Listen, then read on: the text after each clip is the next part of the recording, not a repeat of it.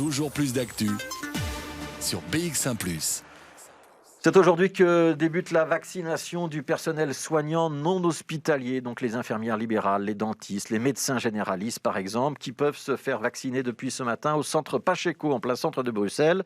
Bonjour Arnaud Bruckner. Bonjour Fabrice. C'est donc une nouvelle étape dans le calendrier de vaccination, mais c'est quand même une vaccination qui va tourner au ralenti pendant quelques jours encore. Oui, la stratégie de vaccination doit être à nouveau réadaptée face aux déclarations des firmes pharmaceutiques. Si on fait un point rapide, on a Moderna qui livrera 20% de vaccins en moins cette semaine. Pfizer qui, au contraire, promet d'accélérer prochainement ses livraisons, donc à voir. Et AstraZeneca qui ne livrera que la moitié des doses prévues au premier trimestre. Alors, quel impact est-ce que ces changements dans les livraisons pourraient avoir sur la vaccination? Est-ce que le calendrier de vaccination lui-même va être modifié? Je vous propose d'écouter Inge Neven, la responsable du service d'hygiène en région bruxelloise. On a des retards pour tout. Les phases, entre guillemets, sauf les maisons de repos, eux, on continue comme c'était prévu. Mais donc, aussi bien pour le personnel des hôpitaux que pour la première ligne, que pour les autres collectivités. Et par la suite, les autres phases, évidemment, ça va prendre plus de temps parce qu'il manque des vaccins. Est-ce qu'on a une idée du calendrier de vaccination actuellement avec les dernières adaptations ? On est en train de le regarder, évidemment. C'est aussi quelque chose que j'aimerais bien discuter avec la task force et le niveau fédéral. Mais je pense qu'en effet, on doit quand même revoir ces calendriers et que je pense que on va quand même être encore occupé avec cette phase 1A encore jusqu'à fin de mois de mars en fait. Ok, donc concrètement, la vaccination du grand public, le moment où eux pourront être vaccinés, est-ce qu'avec les adaptations, c'est retardé ou est-ce qu'on reste sur ce qui était prévu et donc quand ? C'était prévu, je pense, si je ne me trompe pas, que c'était prévu à partir du 1er avril déjà. Ça, je pense que ça va être un peu tôt. Je pense qu'on peut toujours compter qu'on pourrait commencer à avoir une première dose avant l'été. Mais tout, de nouveau, va dépendre des nombres de vaccins qui vont arriver. Voilà, tout dépend donc toujours de la livraison des grands laboratoires pharmaceutiques. On va s'intéresser quand même un instant encore, Arnaud, au centre de vaccination. Donc le premier centre qui ouvre aujourd'hui à Pacheco, pour l'instant pour le personnel médical. Plus tard, ce sera pour le grand public.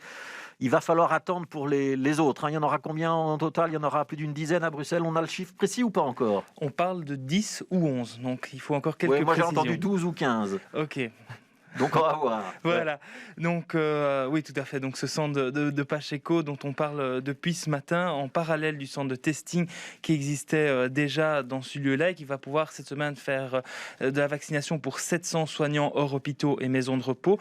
Le rythme de croisière, il est fixé à 900 ou 1000 personnes par semaine.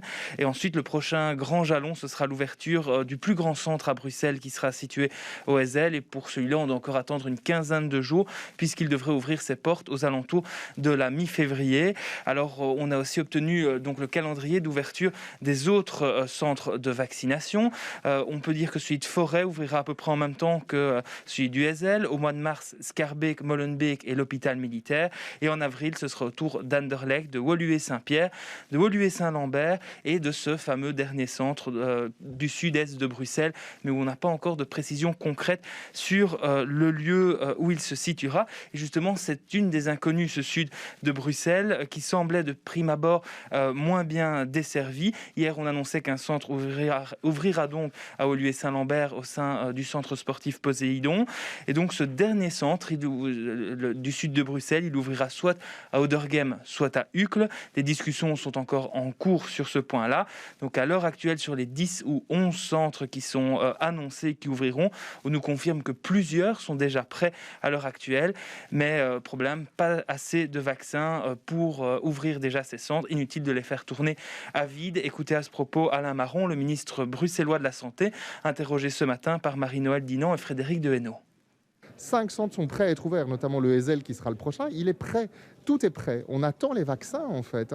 C'est ça notre problème, c'est que nous ne disposons pas de suffisamment de vaccins pour accélérer plus encore la vaccination. C'est vraiment notre problème fondamental, mais que nous essayons de gérer semaine après semaine pour adapter au mieux la stratégie au regard de la réalité. Et où est-ce que ça coince? Au niveau logistique, au niveau de pharmaceutique? Non, ça coince au niveau des sociétés pharmaceutiques. Simplement, c'est difficile pour ces sociétés visiblement de produire suffisamment de vaccins, non seulement pour l'Europe, vous avez vu que des discussions sont en cours au niveau européen, mais pour l'ensemble du monde, les produire et les acheminer. Mais vous savez que la Commission européenne est dans des discussions ardues avec ses producteurs de vaccins et met un maximum de pression sur ses producteurs pour qu'ils livrent en Europe. Voilà, c'était Arnaud Bruckner.